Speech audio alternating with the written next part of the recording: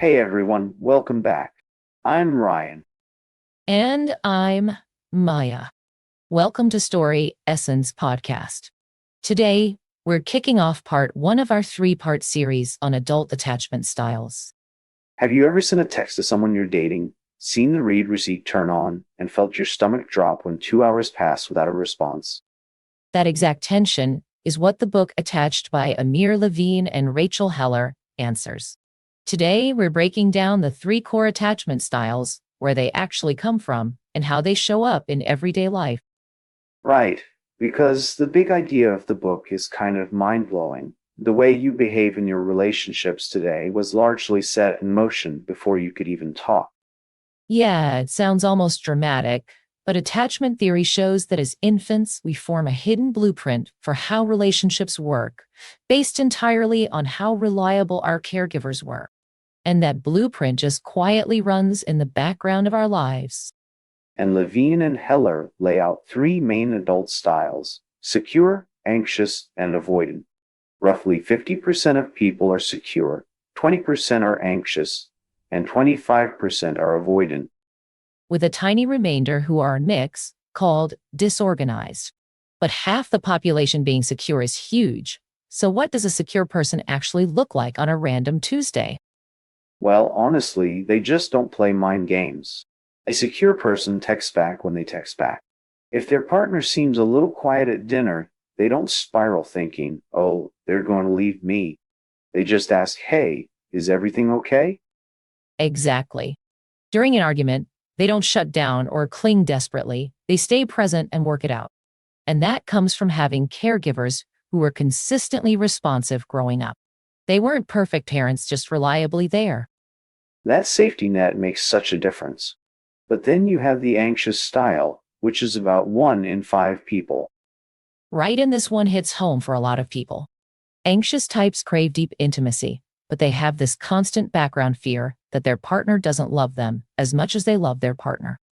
So in practice, this is the person who sees that 2-hour read receipt gap and starts replaying a slightly off tone of voice from a morning phone call, convinced they did something wrong. Exactly.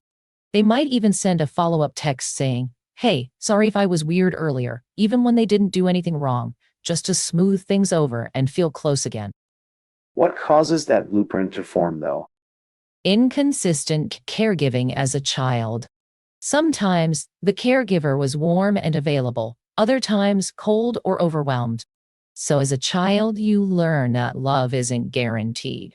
It's something you have to actively fight for and chase. Managed she.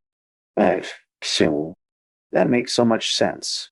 Now, on the flip side, you have the avoidance style, about a quarter of the population. Right, white. And for avoidance, intimacy actually feels like a threat to their independence. So what does that look like in practice? Say you've been dating someone for a few weeks, things are going great, and then they ask, so what are we? Or say, I love you a little early. An avoidant person gets a flash of claustrophobia. They might suddenly get extremely busy with work or cancel a weekend plan for no real reason. Or totally check out mentally right in the middle of a serious talk about the relationship. Exactly.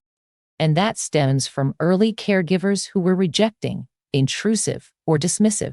The child learned early on that reaching out for comfort doesn't work, so they learn to depend entirely on themselves. The major clarifying point Levine and Heller make here is that none of these styles are personality defects or conscious choices. Not at all. They were smart, necessary survival strategies for a small child trying to stay safe.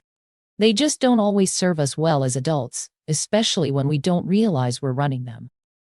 Next time, in part 2, we're exploring what happens when an anxious person and an avoidant person end up together, and the painful dynamic the book calls the anxious avoidant trap. Be sure to subscribe to the channel so you don't miss that episode when it drops. And before you go, we want to hear from you in the comments. Which of these three styles do you see most in yourself? And what's a recent moment where it clearly showed up in your life?